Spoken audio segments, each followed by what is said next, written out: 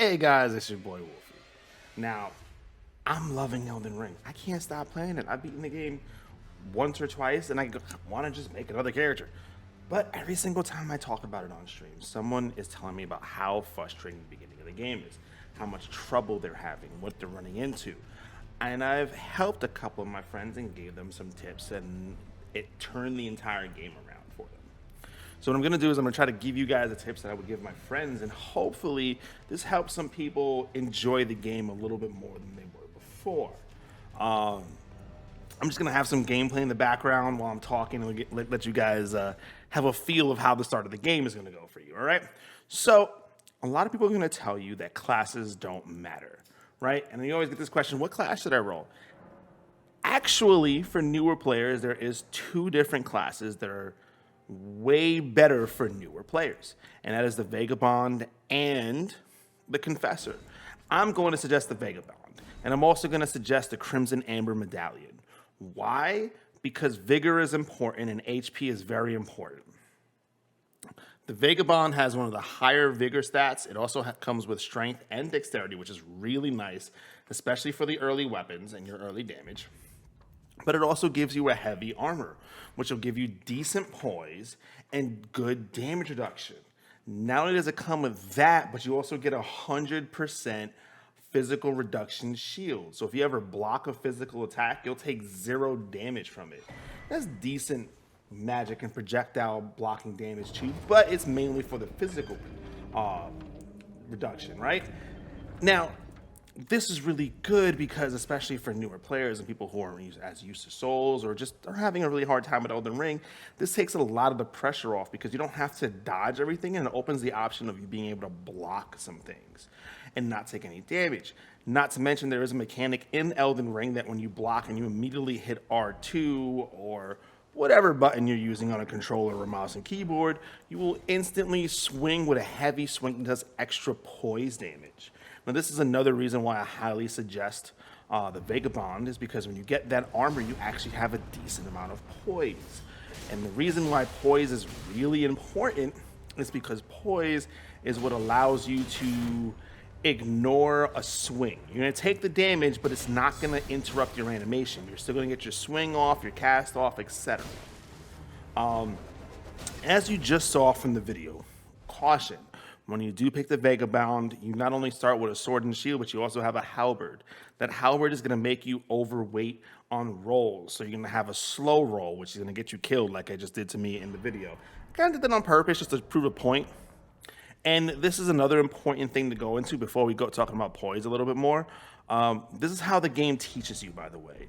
The game wants you to explore things, and the game wants you to test things for yourself. So you see how that ghost is telling you to jump down? If you jump down, there's a tutorial that will teach you things about the game. But it's kind of redundant for me to do this because this is kind of a tutorial in video form. And yeah, don't even go down there. Don't worry about it. Anyway, so this is basically the campfires. This is where you're gonna like rest and restore yourself and your flasks and your health and your mana, etc. It's also the safe spot, and it also respawns all the enemies around you, right? You got that already. I didn't need to tell you that. So back to poise. So poise is going to be important because if you want to swap weapons, you want to use a slower weapon, a heavier weapon, a bigger weapon, whatever you might want to use, you want to get a long cast off, poise will allow you to take a hit, ignore it, and continue your swing or your cast.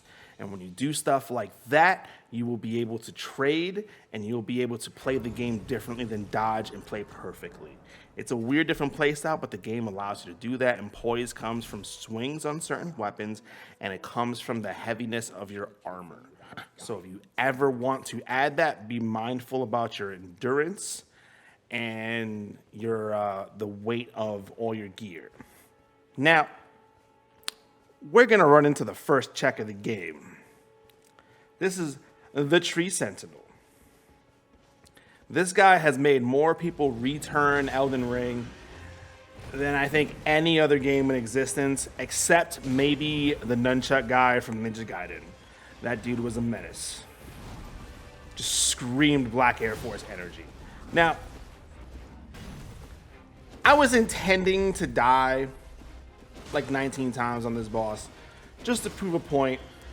But for some reason, I just felt Miyazaki just appear behind me and say, "You really gonna let the tree sentinel kill you?" Your gameplay isn't gonna look like this. I've just fought this boss a million times, and I'm kind of used to him already. So, while we're watching me try to finesse the boss, because my ego won't let me just die for some reason, let's talk about another important part of your game after we spoke about poise. Now you have to figure out what kind of build you want to do. Now, I'm not talking about what weapon you want to do. You have to commit right now, at least for the beginning part of the game. You can respec many times. The game opens up at a certain point that lets you respec, and you can do it like 7 times, 10 times in a playthrough. Don't worry about it. But for right now, you have to make a decision. Do you want to focus on strength? Do you want to focus on dex? Do you want to focus on faith, arcane, or intelligence? Those are your damage stats. Now, I'm saying pick one because you're going to have to level 1 to 20. This is how you level. You'll get that in a few minutes. We'll explain that once you get there.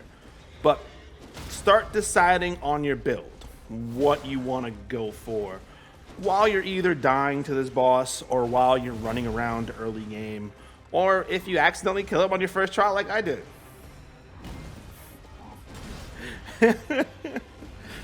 And then we're going to get to another important part.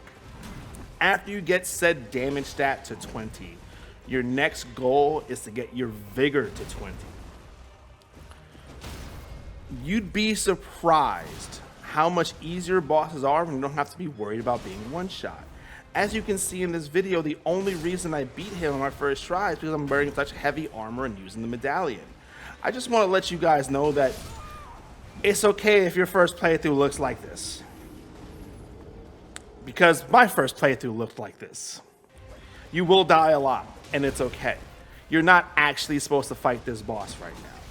I did it just to show that everything in this game is beatable at level 1, as long as you're good enough to do it.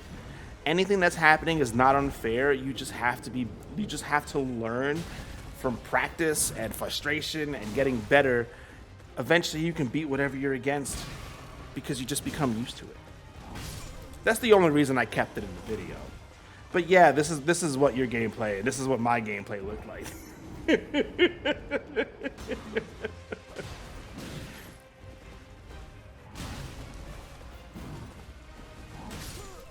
It's okay. Don't worry about it. Don't let it end. Oh. That one was kind of a heartbreaker. Cause we've all that's gonna happen to you a lot this game. So let's pretend like the tree sentinel is still there in this playthrough. What you should do is you just go towards the left and you can ignore the tree sentinel entirely. This is meant to teach you that you don't have to sit there and fight something forever. This is an open world game and you get to choose when you fight them. You can just run right past him. I know he's not there right now, but as you can see, the area is open enough where you can just run past him. And there's literally another bonfire or grace right in this church. So you won't even spawn next to the tree sentinel anymore. That'll be the last you'll see of him until you're ready to fight him again. Okay? Now, no, you can't put points in yet. That's part of the story. We're going to get to that in a second. But let's go over some things. Still, make your decision, what damage stat, and then get ready to put points in vigor. Unlike other games, when you level, you don't get free stats. You have to put points in vigor to get HP. If you are ever in a situation of taking too much damage, put more points into vigor. Maybe every 5 levels you put a point into vigor. Maybe every time you take too much damage, you put 10 points into vigor. Just find out a solution for you to actually put points into vigor, or you're going to run into situations where everything kills you in one shot and the game is going to be extremely hard to play. Borderline impossible for any of our skill levels when we're first playing the game. Put points in health. Trust me. As you saw, the difference between getting hit 3 times versus getting hit 1 time or 2 times was the difference between me taking 1 try on Tree Sentinel and 30. But after you get past that, this little area right here is a good area to practice because there's going to be a ton of weaker enemies and you get to practice with whatever weapon you're using, maybe farm a little runes in the beginning of the game. As you can see, you can be using stealth to your advantage to get a jump on people. Like this is where you really learn the mechanics. This is where you start getting the feel of things. You know what I mean?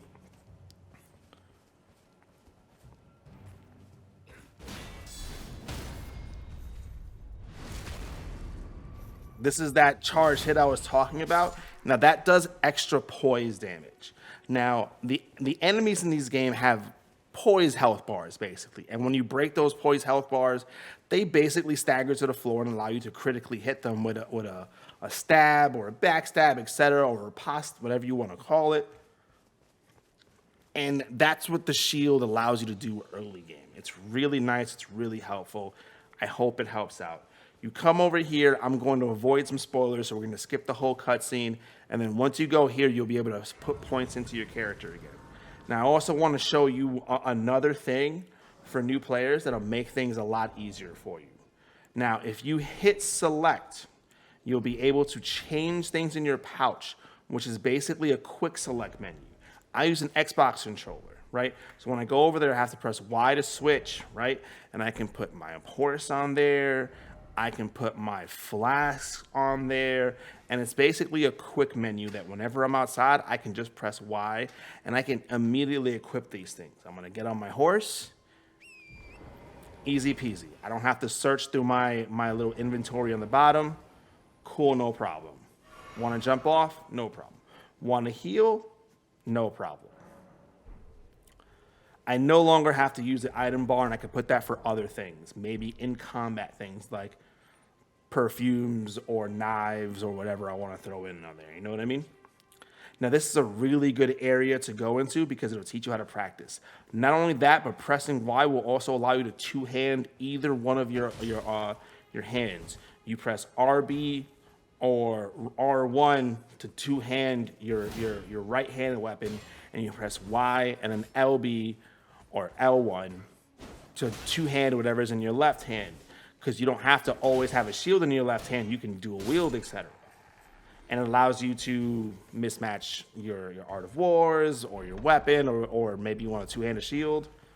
Always remember, in front of these carts, there's items. So pick up those items.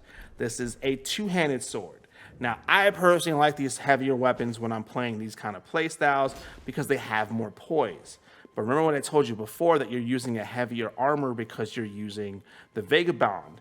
This actually gives you a fat roll, and I mess up. Also, these little things right there will reveal the whole map in your on your map selection screen, so feel free to pick those up. They actually show on the map even when you don't have the map discovered yet. So go pick those up, and it'll open up the whole map. Now, the good thing about these two-handed weapons is they have really good heavy swings, and they do a lot of poise damage. As you saw me charge holding that heavy swing, I immediately broke the poise of the NPC. So that allows me to even ignore their shields. So this is what I'm talking about, how poise is really important. It lets you get past enemies easier. It lets you deal with things that would normally be impossible for your build. So pay attention to your armor. It's really important. Again, personally, I like two-handers for reasons like this. I kind of just get to disrespect who I'm against and not really have to worry about things. But this is a great area to get this practice off, to see how to break shields, how to fight around somebody with a two-handed weapon, to how to fight an elite. This is a great area. It's right next to a statue of America. It's right next to a couple of sites of grace. It's a great place to farm early to get your build kind of rolling. And it's also not a bad place to just get some levels before you go back to fighting the Tree Sentinel. This can get you the few levels that you need to feel like you're on par with Tree Sentinel. Do not feel bad about leaving somewhere, going to farm a bit, and then coming back and fight a boss when you feel a little bit stronger. As you can see, I'm trying to practice with my short sword because I've never really used this weapon before. And I'm messing up. I died a couple times here, but I'm just showing how using a shield can also be used to your advantage for newer players. You don't have to dodge. You can just hold it up. And again, it does extra poise damage. So I hope this helps, man. I hope these little tips and tricks help. I hope the game is now easier for you. And I hope you guys enjoy the game, man. Let me know if these things helped you. I didn't really want to put you guys on like a certain build. I didn't really want to put you guys to watch some guide. I kind of wanted to put you guys in a direction to basically discover the game on yourself, but to like at least nudge you guys in the right direction. Let me know in the comments if you guys think I went a little too far, or if you guys think I didn't go far enough. But yeah, I hope this video helped. You guys have a good one. Thank y'all very much for watching. Bye, friends.